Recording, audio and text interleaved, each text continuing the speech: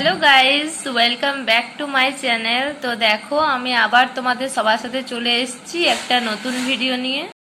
তো আজকে আমি তোমাদেরকে 4 থেকে করাবো, ঠিক আছে? তো সেটা হচ্ছে, আমি আগের দিন তোমাদেরকে যে ক্লাসটা করিয়েছি সেটা হচ্ছে গোলক অর্থাৎ স্পেয়ার।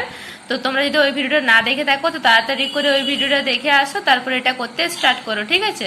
তো আগে আমি তোমাদেরকে 1 2 3 আগের যে ভিডিওটা সেটাতে আমি তোমাদেরকে 1 2 3 করিয়েছিলাম কষে দেখি। আজকে করাবো 4 থেকে, ঠিক আছে?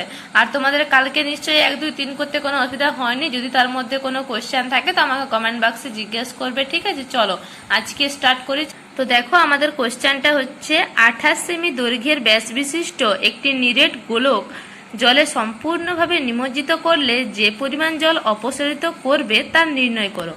তাহলে বলছে একটা নিরেট গোলক যার ব্যাসটা হচ্ছে 28 সেমি। তাহলে আমরা, তুমি ভাবো, একটা তোমাদেরকে এখানে জাস্ট একটা কনসেপ্ট দিয়ে দিই। বলছে একটা নিরেট গোলক একটি জলে সম্পূর্ণ নিমজ্জিত করছে। তো ধরো এটা হচ্ছে একটা পাত্র, যেই পাত্রটা ধরো এতটা জল পূর্ণ আছে, ঠিক আছে? একটা পাত্র যার মধ্যে এতটা জল আছে। এরপর এর মধ্যে একটা কি করছে, একটা নিরেট গোলক, একটা গোলক ডুবিয়ে দিল অর্থাৎ নিমজ্জিত করলো। তাহলে এটা হচ্ছে নিরেট গোলক, মানে পুরোটা ধরো লোহার তৈরি, ঠিক আছে? তাহলে একটা নিরেট গোলক এর মধ্যে ডুবিয়ে দিল। তো একটা গোলক যদি একটা পাত্রে ডুবিয়ে দেয়, জলের পাত্রে, তাহলে নিশ্চয় জলটা কিছুটা হলেও উপর উঠবে। তো ধরো প্রথমে এতটা জল ছিল, এখন এতটা জল হয়ে গেল। তো বলছে এই যতটা পরিমাণ জল উঠবে সেই পরিমাণটা আমাদেরকে বার করতে হবে, অর্থাৎ যে পরিমাণ জল উঠবে সেই পরিমাণ জলটার আমাদেরকে পরিমাণ বার করতে হবে। এরপর জলটা প্রথমে এতটা ছিল, তখন গোলকটা ডুবানো হয়নি, অর্থাৎ নিরেট যে গোলকটা ডুবানো হয়নি, যে জলটা গোলকটা ডুবিয়েছে জলে সেই জলটা উপসারিত হয়েছে, অর্থাৎ উঠে গেছে। তাহলে কতটা পরিমাণ উঠেছে, এই যতটা পরিমাণ বলটা জলটা জায়গাটাকে দখল করেছে, অর্থাৎ বলটা যখনই এই জায়গাটা দখল করলো তখনই জলটা বেড়ে গেল। তাহলে আমাদেরকে এই গোলকটার আয়তনটা বার করতে হবে। গোলকটি এই পরিমাণ আয়তনের জল দখল করেছে, ঠিক আছে? ব্যাসটা বলেছে 28 সেমি, তাহলে আমরা লিখে নেব গোলকের ব্যাস সমান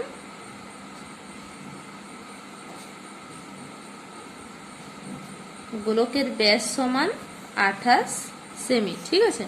তাহলে আমাদের তো ব্যাসার্ধ নিয়ে কাজ, তাহলে আমরা লিখবো ব্যাসার্ধ সমান, তাহলে ব্যাসার্ধ কত হবে? ব্যাসার্ধ হবে তার অর্ধেক, অর্থাৎ ব্যাসার্ধ হলো 14 সেমি, ঠিক আছে? 14 দুগুণে 28। এবার আমাদেরকে গোলকটার আয়তন বার করতে হবে, তাহলে আমরা লিখবো গোলকের আয়তন সমান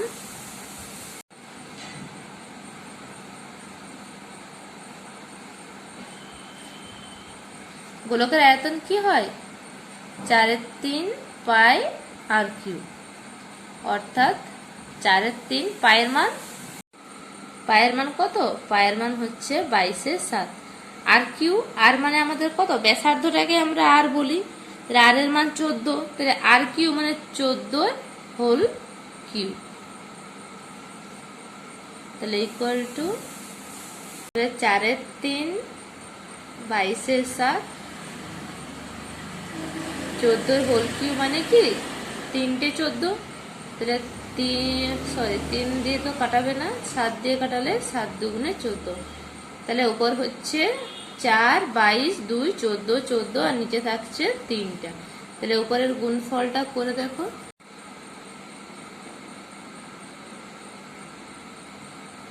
তাহলে দেখো আমাদের হচ্ছে এটা এই পরিমাণটা, ঠিক আছে? তাহলে এই পরিমাণ, এই যে আয়তনটা, এই আয়তনটাকে কি বলবো আমরা? আয়তনটা সবসময় ঘন হয়, তোমরা জানো। তাহলে ঘন সেমি। তাহলে বলটি ডোবানোর পর এত পরিমাণ জল অপসারিত হবে, ঠিক আছে? তো তোমরা চাইলে এটাকে পূর্ণ করেও লিখে দিতে পারো। তো দেখো, পূর্ণ করে রেখে দিলে 3 দিয়ে ভাগ করে দেখো কত হয়।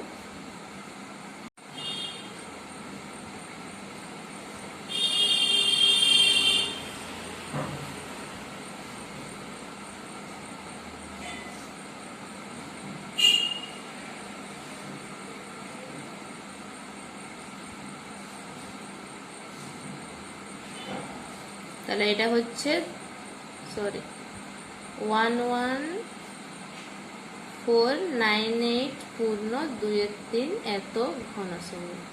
ঠিক আছে, তাহলে বলটি ডোবানোর পর লিখে দাও, এত এ বলটি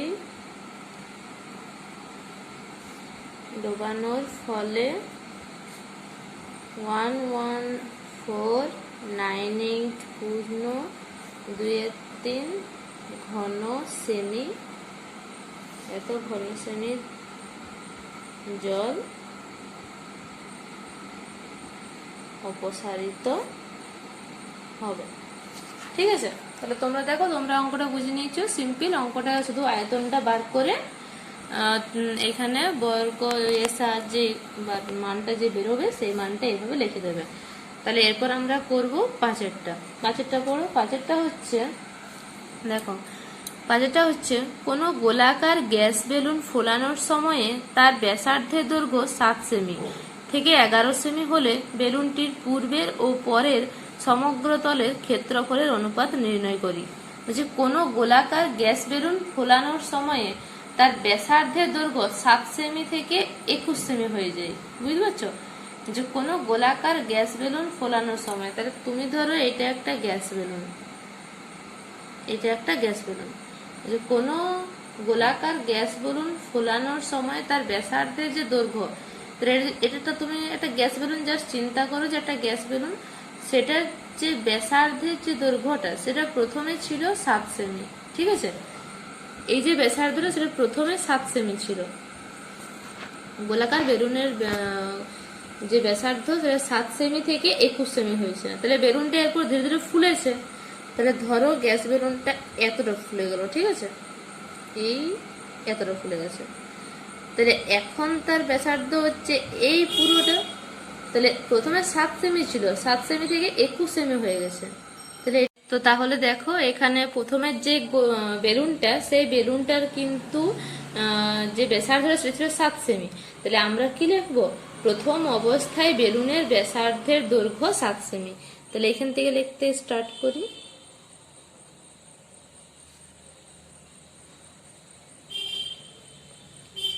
প্রথম অবস্থায়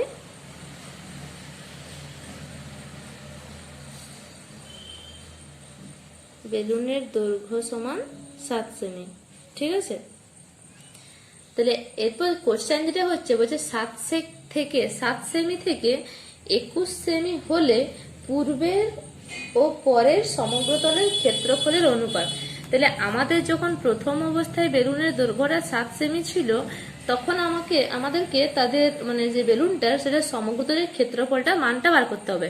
তাহলে আমাদের যখন প্রথম অবস্থায় বেলুনের দৈর্ঘ্যটা 7 সেমি ছিল, বেলুনের দৈর্ঘ্য বলতে বেলুনের এখানে তোমাদেরকে বেলুনের দৈর্ঘ্য বললে হবে না, এখানে তোমাদেরকে বেলুনের ব্যাসার্ধের দৈর্ঘ্যটা উল্লেখ করতেই হবে। ঠিক আছে, প্রথম অবস্থায় বেলুনের ব্যাসার্ধের দৈর্ঘ্য 7 সেমি।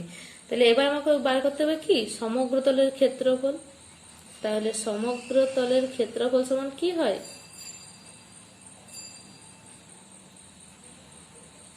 সমগ্র তলের ক্ষেত্রফল, তোমরা তো কি বলে গোলকের সমগ্র তলের ক্ষেত্রফল আমি তোমাদেরকে তো আগে তো পড়িয়েছিলাম, আগের যে ক্লাসটা, সেখানে আমি কি বলেছিলাম, যে গোলকের সমগ্র তলের ক্ষেত্রফল সমান সূত্রটা কি ছিল, 4 পাই আর স্কোয়ার। তাহলে এখানে সেটা লেখো 4 পাই আর স্কোয়ার।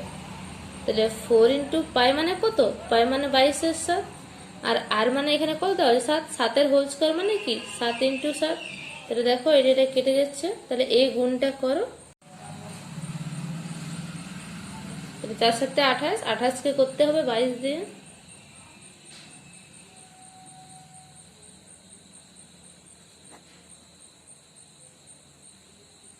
তো 616। ঠিক আছে, তাহলে এত হচ্ছে বর্গ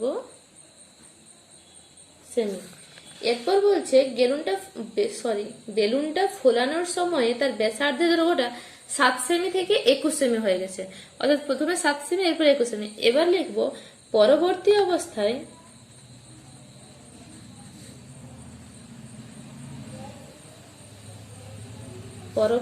অবস্থায় বেলুনের ব্যাসার্ধের দৈর্ঘ্য কত হলো, 21 সেমি। বেলুনের ব্যাসার্ধের দৈর্ঘ্য সমান 21 সেমি। ঠিক আছে, তাহলে পরবর্তী অবস্থায় বেলুনের ব্যাসার্ধের দৈর্ঘ্য 21 সেমি। তাহলে এরপর আমাকে কি বার করতে হবে, আমাদেরকে সমগ্রতলের ক্ষেত্রফল। তাহলে এটারও সমগ্রতলের ক্ষেত্রফল বার করতে হবে, তারপর তার অনুপাতটা বার করতে হবে। তাহলে সমগ্র তলের ক্ষেত্রফল সমান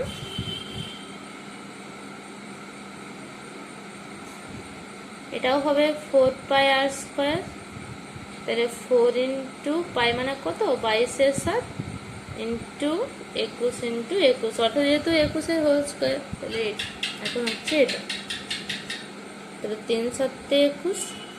এরপর আমাদেরকে এই গুণটা করতে হবে।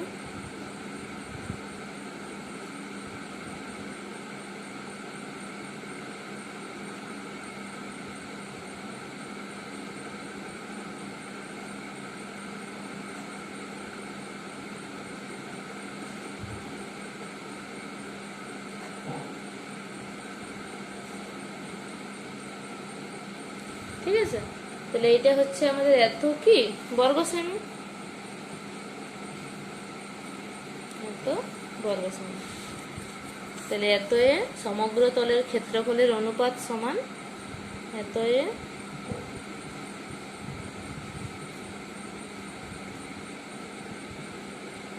সমগ্র তলের ক্ষেত্রফলের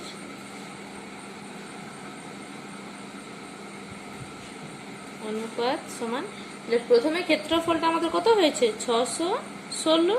তাহলে 616 5544।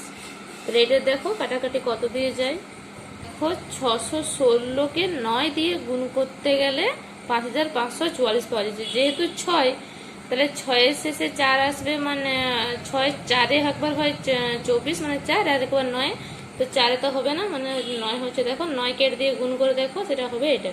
তাহলে 1:9।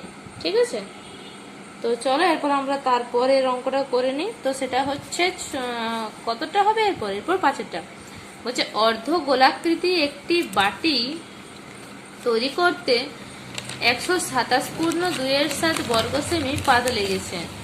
বাটিটির মুখের ব্যাসার্ধের দৈর্ঘ্য হিসাব করি। তাহলে কি বলছে, আমরা এখানে 6 নম্বর লিখে নেব। 6 নম্বর, অর্ধ গোলাকৃতি একটি বাটি। তাহলে আমরা একটা বাটি যদি শেপ দিয়ে ভাবি, তাহলে এটা হচ্ছে একটা অর্ধ গোলাকৃতি বাটি, অর্থাৎ এইভাবে তুমি বাটিটাকে ভাবো, এইটা একটা বাটি। ঠিক আছে, তাহলে অর্ধ গোলাকৃতি বাটি তৈরি করতে কত সেমি পাত লেগেছে, 127.2 তাহলে এই বাটিটা তৈরি করতে যে পাত লেগেছে, তাহলে এই পাতটা লেগেছে তার। ঠিক আছে, এই বাটিটা তৈরি করতে টোটাল যে পাতটা লেগেছে তোমাদেরকে দেখাতে। তাহলে এটা হচ্ছে অর্ধ গোলাকৃতি বাটি, তাহলে তার এই পরিমাণের পাতটা লেগেছে তৈরি করতে, যে বাটিটা তৈরি করেছে সেই বাটিটা তৈরি পাতটা হচ্ছে, সেটা হচ্ছে 127.2 তাহলে বাটিটার মুখের ব্যাসের দৈর্ঘ্য বার করছে।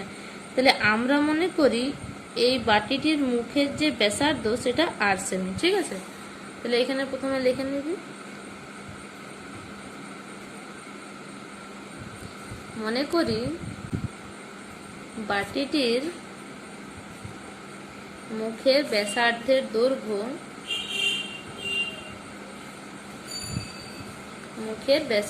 দৈর্ঘ্য সমান কি 8 সেমি। ঠিক আছে, তাহলে আমরা এটা ধরে নিলাম মুখের ব্যাসার্ধের দৈর্ঘ্যটা 8 সেমি। তাহলে এরপর এই বাটিটা তৈরি করতে যে পাত লেগেছে, পাতটা তো শুধুমাত্র বাটি, তোমরা কি বাটি তো ভিতরে তো কিছু থাকে না, ভিতরের যে বাটিটা তো খালি থাকে। তাহলে পাতটা লেগেছে শুধুমাত্র এই যে পোর্শনটা করতে, অর্থাৎ তার পার্শ্বতল এই যে পোর্শনটা করতে পাতটা লেগেছে। ঠিক আছে, তাহলে অর্ধ গোলাকৃতি, তো তোমাদেরকে আমি অর্ধ গোলাকৃতিরও সূত্র আগের দিন দেখিয়েছিলাম, যদি নাম মনে থাকে তোমাদেরকে আমি আরেকবার দেখিয়ে দিচ্ছি। তো এই দেখতে পাচ্ছ, অর্ধ গোলাকার ঘনবস্তুর বক্রতলের ক্ষেত্রফল কি হয় 2πr²। ঠিক আছে, এটা হচ্ছে এটা পুরো একটা পুরোটা ধরতে গেলে এটা একটা গোলক হবে, কিন্তু এটা আছে অর্ধেক, মানে একটা অর্ধগোলাকৃতি। তাহলে অর্ধগোলাকৃতির যে বক্রতলে যে ক্ষেত্রফলটা হয় তার সূত্রটা হয় 2πr²। ঠিক আছে, তাহলে এখানে আমাদের কি করতে হবে, অর্ধগোলাকৃতি বাটিটির মানে কি বলবো, এই যে পার্শ্বতলের যে ক্ষেত্রফলটা, সেই পার্শ্বতলের ক্ষেত্রফলটাই আমাদেরকে প্রথম বার করতে হবে, যেটা আমরা বক্রতল বলি। তাহলে অর্ধগোলাকৃতি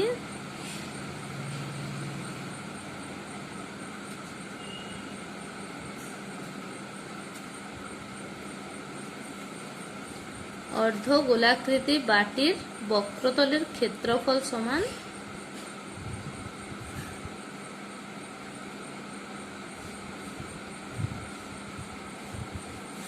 বক্রতলের ক্ষেত্রফল সমান কি 2πr²।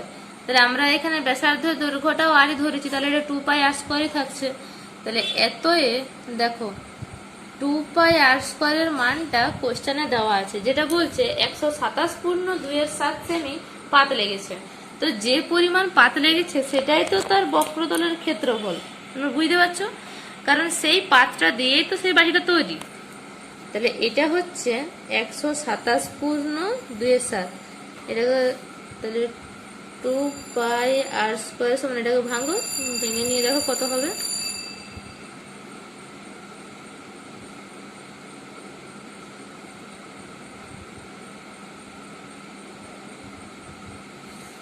তাহলে 891/7। ঠিক আছে, তাহলে এইখান থেকে r² এর মানটা কত হবে বলো, r² হবে 891/7, 7-এর নিচে 2πটা চলে যাবে। তাহলে পায়ের মানটা আমরা বসিয়ে দেবো। তাহলে পায়ের মানটা ইন্টু 2 ইন্টু পায়ের মানটা হচ্ছে 22/7। তাহলে 7 এখান থেকে কেটে যাবে। তাহলে এটা হচ্ছে 891, আর নিচে 22 দুগুণে কত হয় 44। তাহলে এটা হচ্ছে r² এর মান। তাহলে এটা কাটাকাটি যাবে কি, এটা হচ্ছে 11 দিয়ে ভাগ করলে 81, আর নিচে হবে 4। তাহলে এটা হচ্ছে r²। তাহলে 81 মানে হচ্ছে 9 নাম 81, আর 4 মানে হচ্ছে 2, এটার হোল স্কয়ার। তাহলে দুদিক থেকে যদি আমরা হোল স্কয়ারটা সরিয়ে দিই, তাহলে r=9/2। এবার দেখো আরটা হচ্ছে ব্যাসার্ধের দৈর্ঘ্য, কিন্তু কোশ্চেনে আমাদের খুঁজেছে ব্যাসের দৈর্ঘ্য। তাহলে এতএ